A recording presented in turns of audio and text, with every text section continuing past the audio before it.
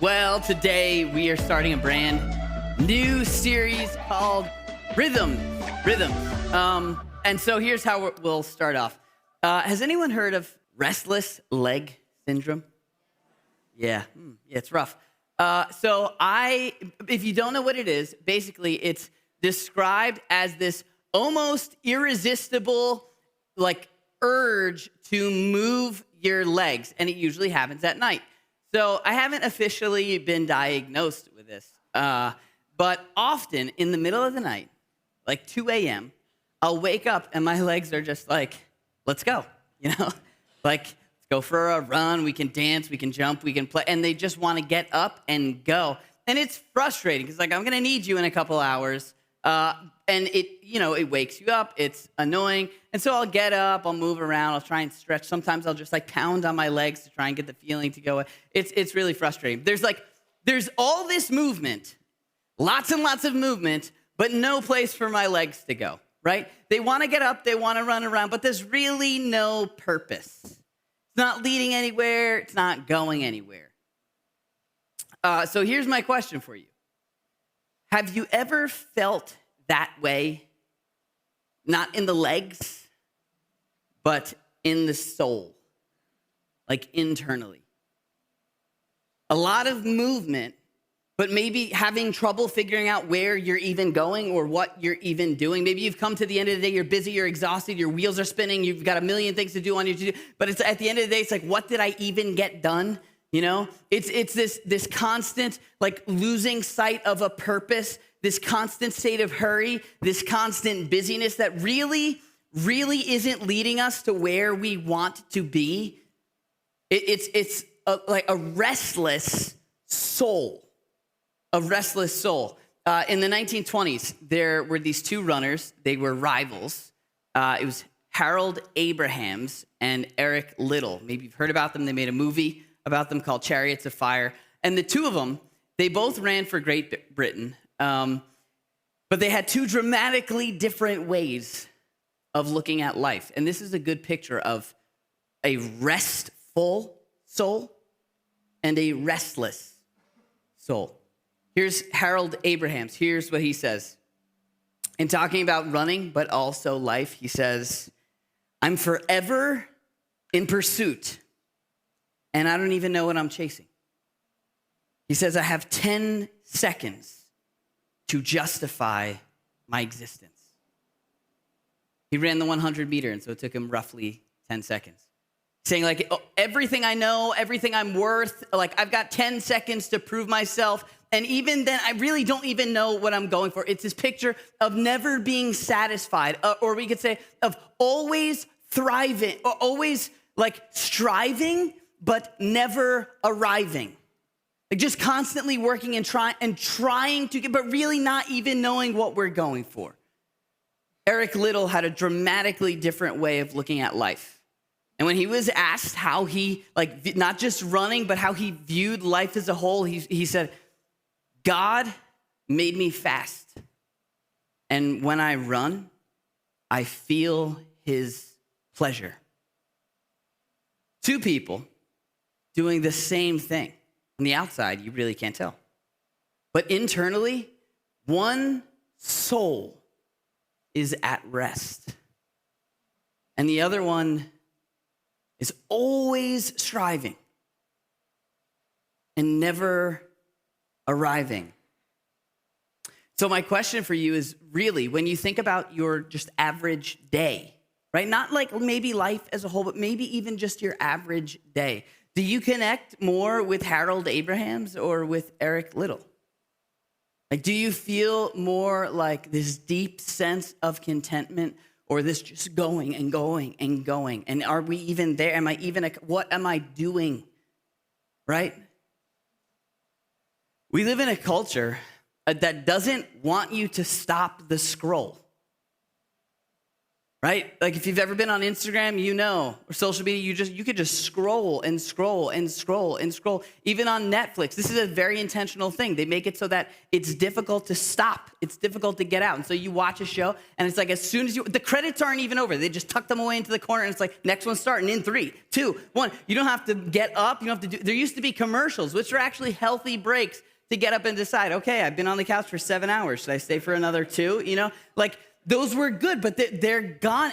We live in a culture of constant striving and never really arriving. Our society is filled with busy, hurried, stressed out souls.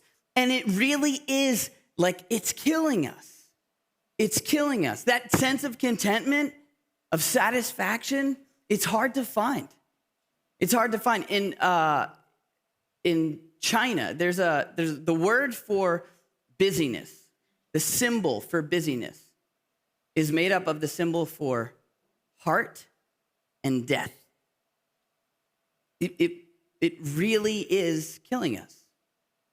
And so the question we're asking is, you know, do we have any other option? Or is it just like, this is where we live, this is the way it's got to be? Is there a way to find rest in a very practical way for our souls? To stop the striving and feel at least a little more like we're arriving. When Jesus was here, he talked to a lot of different people, but his main crowd was a group of people really who were, they had difficult lives. They were living in a form of oppression, right? They had lived in difficult circumstances and they were weighed down by their religious duties. And here's what he says. You ready? Here's what he says. Maybe you've heard this before.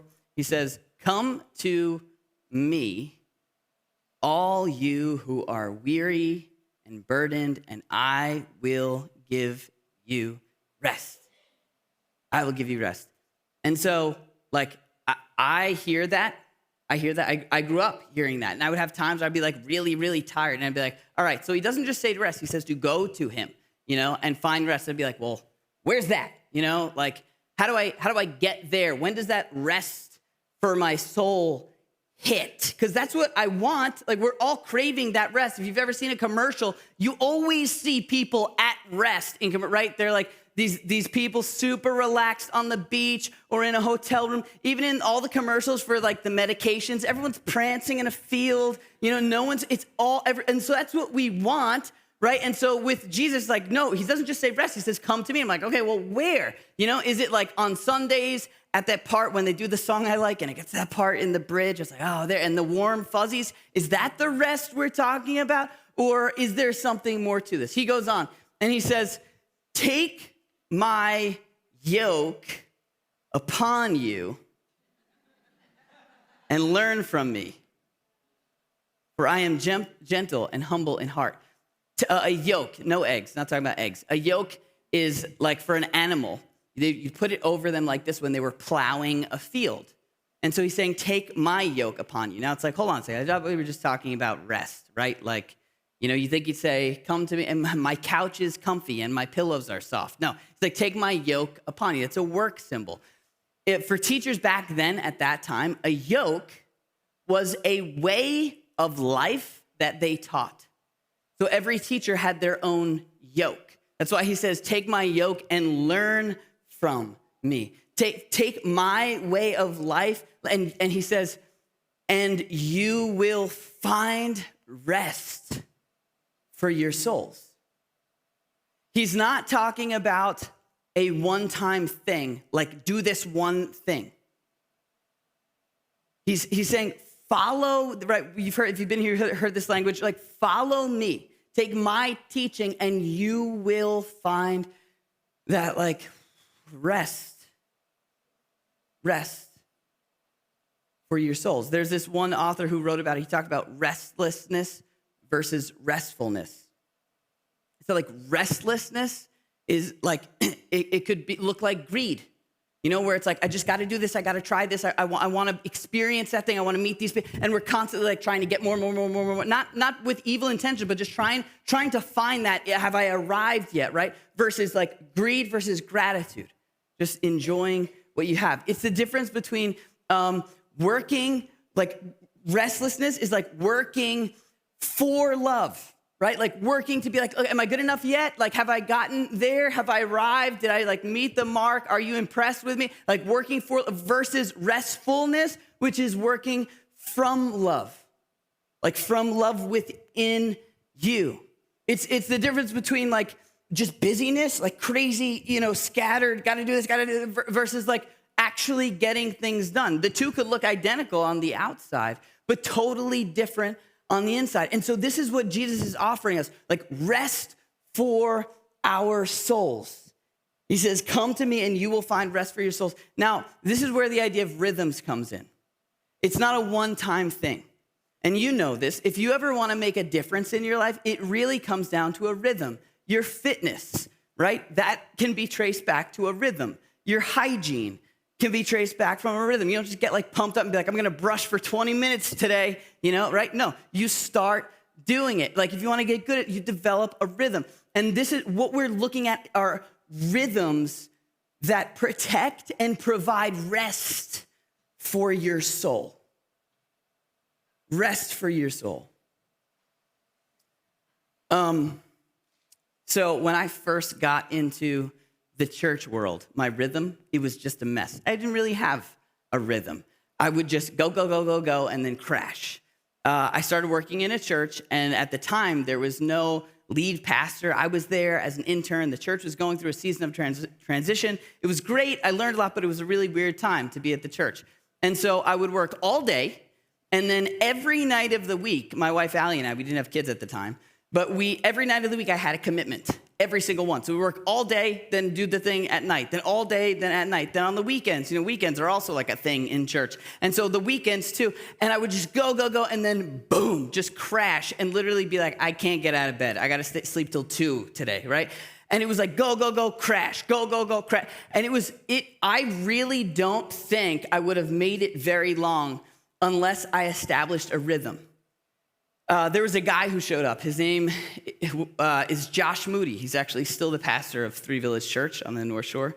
And he forced me to implement a rhythm. It's a rhythm we're going to talk about in the time that we have left. He forced me to. Well, he strongly encouraged me to implement this rhythm. And for me, it was the hardest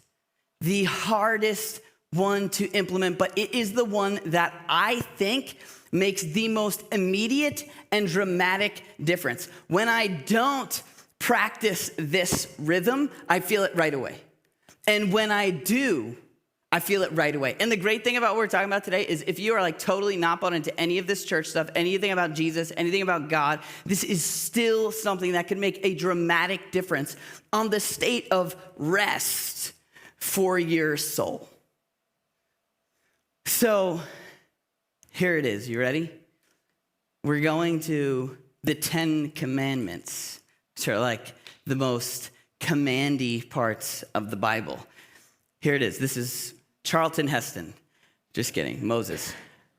He says, remember, this is one of the 10 Commandments. It says, remember the Sabbath day by keeping it holy. And he explains.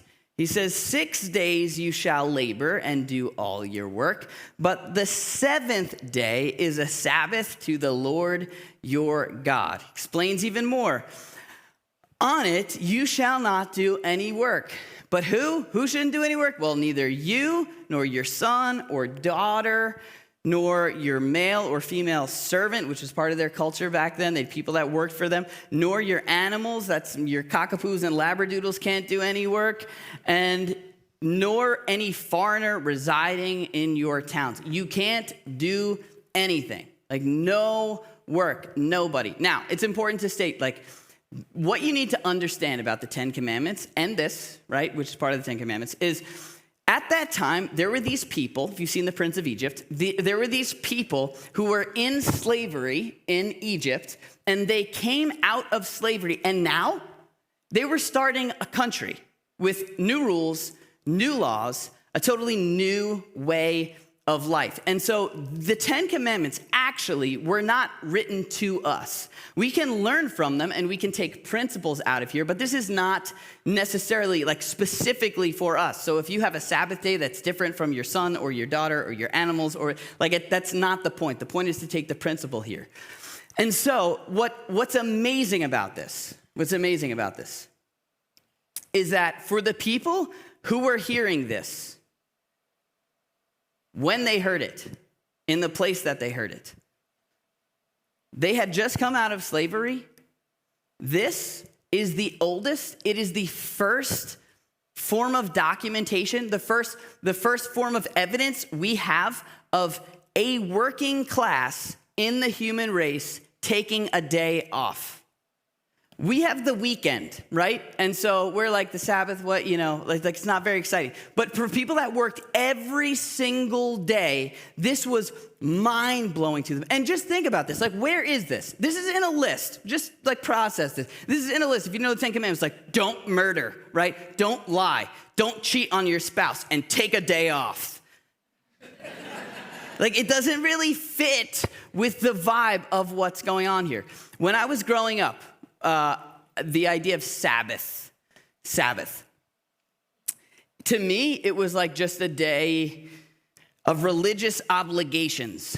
You know, I didn't like church growing up, and so I'd be in bed and it would be Sunday morning, I'd wake up and just stare at the clock, and I knew, all right, if my parents sleep in past this time, we're not making it to church. And if the sun's out, we're not going to the second service either.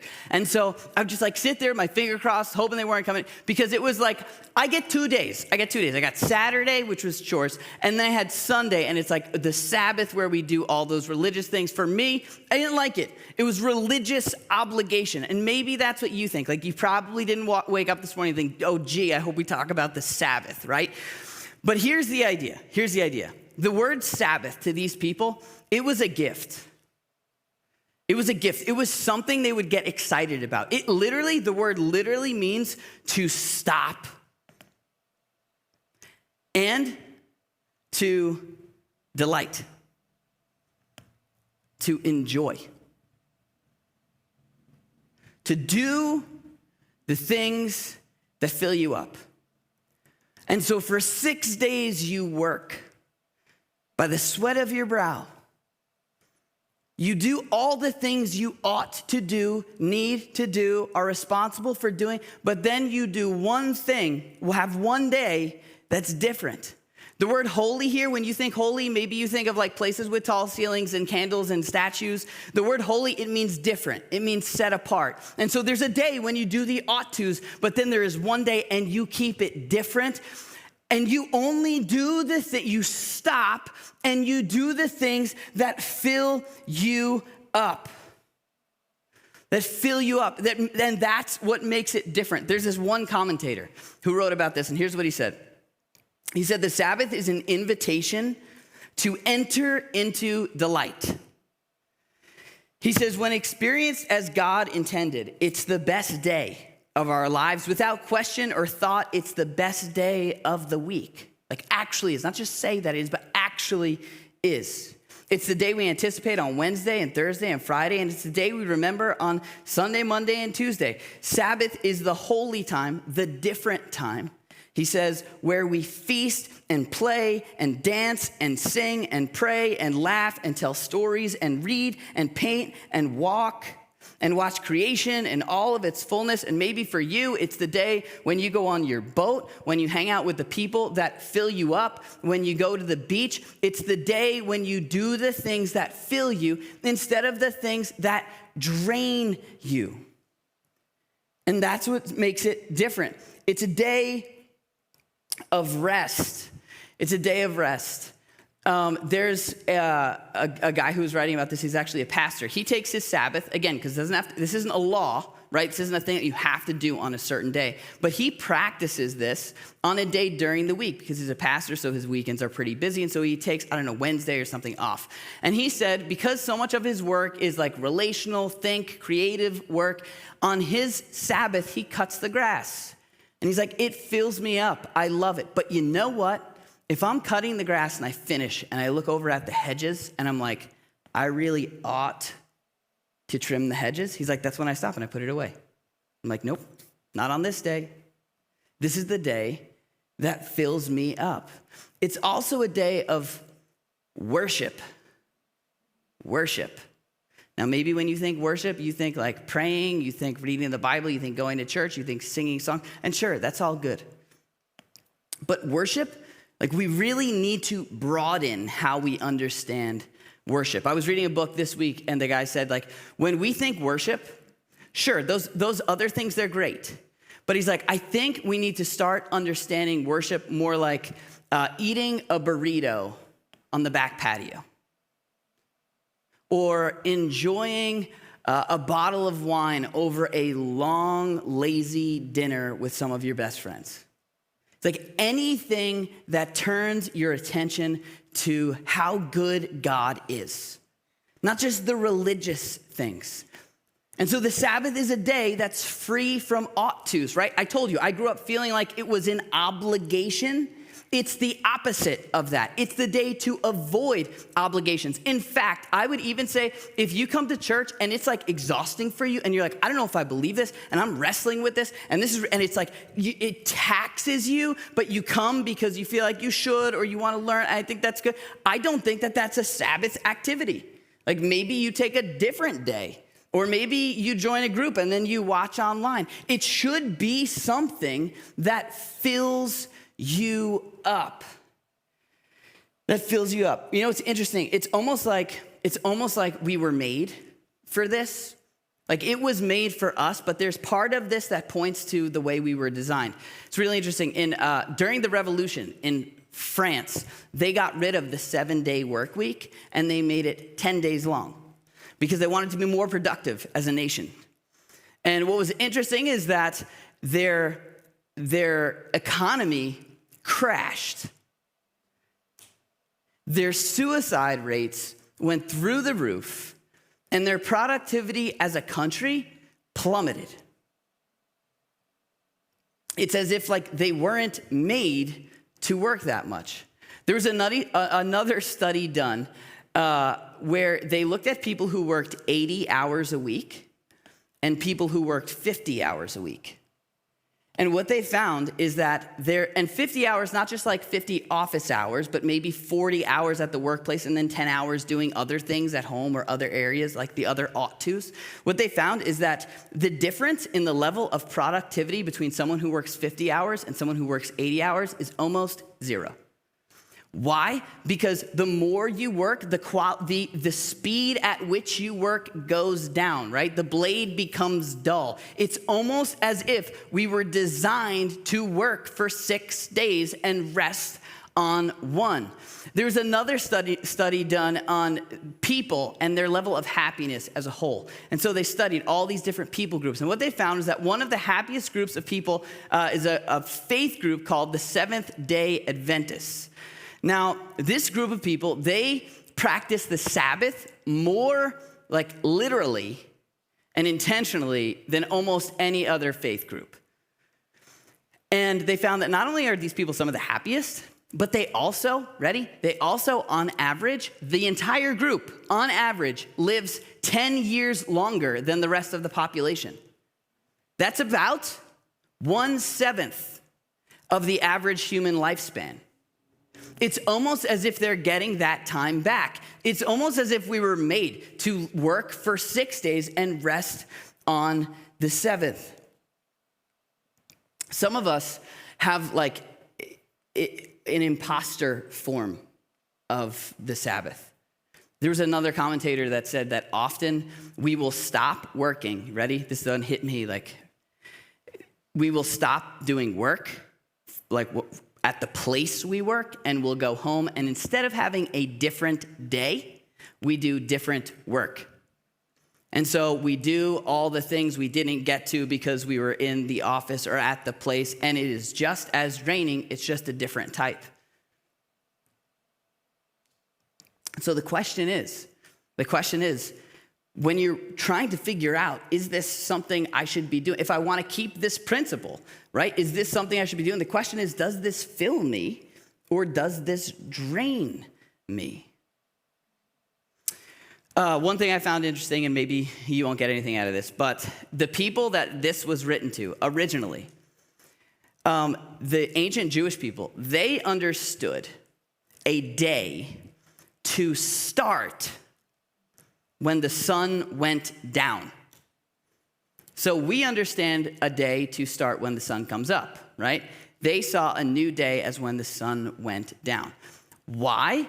Because woven into the fabric of their culture was this idea that you rest and then you work.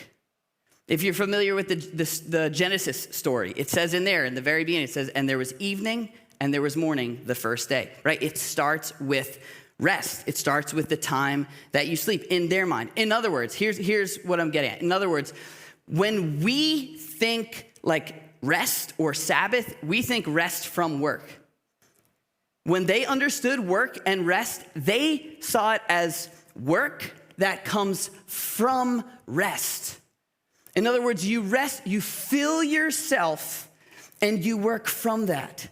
You don't just work and deplete yourself until there's nothing left and you have to take a break because you've hit empty. Think of it like this. So we actually put this question out this morning on Instagram. Think about if you filled your gas tank every Monday morning, no matter what, on the way to work or wherever, after you drop the kids off. You go and you fill your gas tank. It's just what you do. It's how you do it. Maybe you're close to empty. Maybe you're not even close, but that's what you do, all right? And assuming your commute isn't crazy long and you don't use more than an entire tank of gas over the course of a week. But imagine if that was the routine. That was the rhythm you established. Think about what that would do for you. It would give you margin, right? If something happened, if something came up and you couldn't get to the gas station, it wouldn't mean that you're on the side of the road with no gas, right? It allows you to work from a place of being full. It also means you're not running on the gunk that's in the bottom of your tank. You're running from full. Just imagine if we lived our lives that way, where we started each week in our heads, right, with rest. And so we're running from full. And so if you get to the end of your week, right, and something comes up, you're not at your breaking point. You're not going to end up stranded on the side of the road. It creates margin. It creates a rhythm of rest. And you're not functioning from the gunk of your energy tank. Think about how many problems we have. Little problems with the relationships, the people we live, just because we're tired. Just we're cranky and out of energy, hangry. But if we're intentional about resting, it changes that. What if we didn't rest from work? What if we worked from rest? Okay, so let me address the little arguments maybe you have going on in your head right now, right? This was me. As soon as I heard this, I was like, no, you don't understand. There's too many things. I can't. You don't know my life. You don't know my situation, right? So here's how we do this. First, I would say, if your life just doesn't, you can't see it working practically, then start really small. Maybe for you, it's an evening. And you can carve out an evening and say, okay, that's what I'm going to carve out a few hours that are just mine, where I will avoid all the ought tos and only do things that are going to fill me up. Maybe you start small instead of I think eventually you should work to the huge day, the whole day. I think you'll see a pretty dramatic difference, but maybe you start from something small. Here's some tips. First, you have to plan for it. There's a passage in a letter written to the Hebrews, and it says to make every effort to enter into that rest. It's not talking about this specifically, but the principle remains the same. It takes work. It takes work to carve out a day where you fill yourself up. And so maybe for you, in your house, it's a typical Monday through Friday thing. Maybe Saturday is the day where you intentionally do all the ought tos, where you trim the hedges, where you do the things that don't fill you up, where you do the things at home you have to, where you go to Costco, where you sit in traffic, where you get all the things but then on Sunday's different. If you don't like to cook, maybe you plan to have DoorDash on Sunday. Or maybe you do something Saturday night for Sunday. All right, maybe your kids do their homework on Saturday, which I've never did that before, but maybe you do that to try and free up something. But to be it's like a sculpture. You've got to carve and shape and tweak. But it takes some real intentional planning. Maybe you're a student and you've got a job and you've got homework and you've got exams and you've got that. I think you'd be amazed to see that if you were intentional and like committed to saying, no, this day I will do no homework and I will not work. This is my day where I see people that I love, where I see people that fill me up, where I do things that energize. I think you'd be amazed to see how that dramatically changes the next 6 days. But we have to be intentional about it. Maybe your situation is unique and you need to get super creative.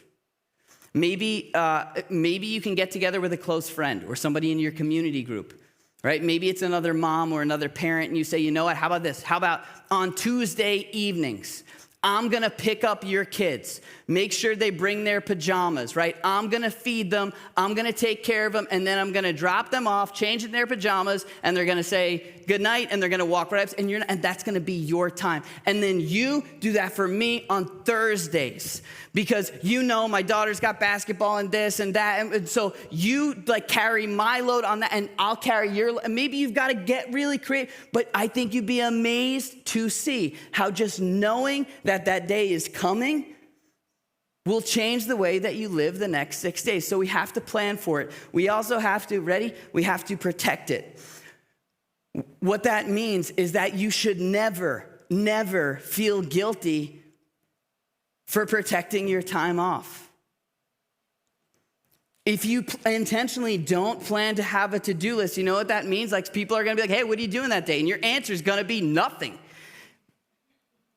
So maybe you see it in your family as a commitment. We've committed to take this time to rest. So when someone says, what are you doing that day? You say, I have a commitment, right? You should never feel guilty. If you're a parent especially, right? This is where guilt, I don't know, at least for me, this is where guilt hits home. Like, I really should be doing this. I should be doing that. You will be a better parent the next 6 days if you take some time to rest. But often we don't because we feel guilty. You have to also protect it from yourself. Something that I heard this week, which for me was like the thing that I needed to hear. You don't stop work because you're done. You stop because it's time. And that's it. And so for me, it was like, you know what? I'm just trying to do what I think God would want me to do. Finally, prioritize it. Really treat it like it's a day that will affect the next 6 days. So maybe it means spending some money. Maybe it means spending some money on childcare or on food preparation or on something that you might not normally spend, but it's something that actually will affect the next 6 days. It's too easy to say, no, I'm not going to spend that on my day off. Prioritize it. I'm going to ask the band to come back up here, and we'll wrap up with this. So I told you that this guy, Josh Moody, pastor of Three Village Church, he's the one who really encouraged me to start doing this with the Sabbath. And right away, I had reasons. I was like, you don't know me. I can't, it's not for me. Maybe you, great, good for you, not for me. And the first thing I said was, there's too much. There's too much to do. I've got 2 little kids, you know, the things with the church, crazy, unexpected, it's just not gonna work. And he said, you know what? Maybe. But you know when these words were originally given to those people back then? You know what it was for them? It was actually an exercise of faith. Because they are trusting that God will provide for 7 in 6 days. And so he said, maybe that's how you need to see it. If you're working on something for Sunday and you're not quite where you want to be, and it gets time to rest, maybe you just stop and leave it and say, you know what? I trust that this is what God wants me to do. Maybe he'll fill the gaps. And so it's an act of faith. And then I said, yeah, okay, fine, whatever. Like, throw the Bible card at me, you know. But I was like, my personality, I'm just not like that. I just, I gotta, you know, my legs. They like to move. I like to move. I like to get things done. I like to have a to-do list. In fact, if I go the whole day and I don't do anything, I don't accomplish anything, it actually makes me feel bad about myself. And he said, okay, like maybe that's a personality thing. Or maybe that's evidence to you that a little bit too much of your sense of self-worth is tied up in how well you perform. You see, for the people who got this command when it was first given back then, they were slaves who were defined by their work. And they were brought out, and now they were given a new identity. They're being told, you are not defined by what you do and how well you do it. I am Lord of the Sabbath, like the God of the day off, and you are mine now. And you can trust that I'll take care of you. Your identity isn't wrapped up in how much you can do. And so he said to me, he said, maybe every time you feel that, you stop and remind yourself, my value is not tied up in my ability to complete a to-do list. And when we do that, when we're intentional about incorporating rest into our rhythm, maybe we'll get that much closer to understanding what Jesus meant when he said that he came to give rest for our souls.